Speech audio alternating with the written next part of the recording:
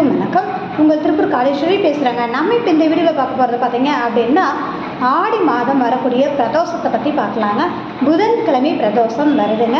ஒரு பிரதோஷம் அப்படிங்கும்போது ரொம்ப விசேஷமான ஒரு அமைப்புங்கிறது சனி பிரதோஷம் ரொம்ப விசேஷம் இல்லைங்களா?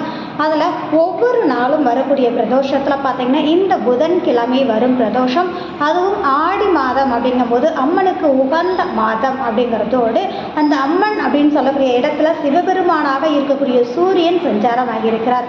அப்போது தாய் தந்தையின் அனுக்கிரகத்தை பெறக்கூடிய மாதம் அப்படின்னே சொல்லலாங்க. அதாவது நம்மை படைத்த இறைவனான பார்வதி சிவனுடைய அனுக்கிரகத்தை கிடைக்கும் தன்மைன்றதுனால தான் ஆன்மீகத்துக்கு முக்கியமான மாதமாக இந்த மாதம் இருக்குது.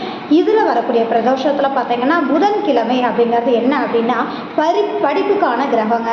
அப்போது படிப்பு சார்ந்த விஷயங்கள் அப்படிங்கும்போது மேல் படிப்பு படிக்கிறவங்களா இருக்கலாம், இல்லை ஸ்கூல் படிக்கக்கூடிய குழந்தைங்களா இருக்கட்டும், படிப்பில் தடையாக இருக்குது, இல்லை படிப்பு ஞாபக மறதியாக இருக்குது, சரியாக படிக்கிறதுல மார்க் குறைவாக இருக்குதுன்னு நினைக்கிறவங்க அத்தனை பேருமே பார்த்தீங்கன்னா இந்த புதன்கிழமை வரக்கூடிய பிரதோஷத்தில் நீங்கள் அட்டன் பண்ணி அந்த பூஜையில் உங்கள் பேருக்கு அர்ச்சனை பண்ணிட்டு வந்தீங்க அப்படின்னா கண்டிப்பாக மேம்படக்கூடிய தன்மைகள் உண்டு அப்படின்றதான். ஆனால் முக்கியமான ஒரு விஷயம் என்ன அப்படின்னா இந்த ஆடி மாத பிரதோஷம் அப்படிங்கும்போது புதன்கிழமை அப்படிங்கிறது பார்த்திங்கன்னா தாய் தந்தையருடன் பார்த்தீங்க அப்படின்னா ஆசீர்வாதம் வாங்கிட்டு அதுக்கப்புறம் இந்த பூஜையில் நீங்கள் அட்டன் பண்ணுறது முழுமையான பலனளிக்கக்கூடிய தன்மையாக இருக்குது அப்படின்றது தாங்க.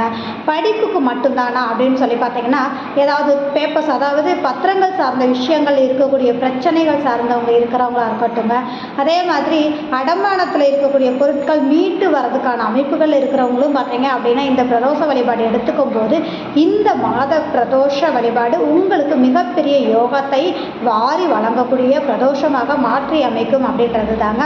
எப்போவுமே பிரதோஷம் மாலை நேரம் நடைபெறுது. என்னதான் இருந்தாலும் கூட வேலை நம்ம போனாலும் இந்த ஒவ்வொரு பர்டிகுலர் விசேஷங்கள் ரீதியான அமைப்புகளில் நம்ம அதை கொஞ்சம் எடுத்து வழிபாடு பண்ணோம்னா அதுக்கான பலன்கள் கட்டாயம் உண்டு அப்படின்ற விஷயம் தாங்க. மிக்க நன்றி.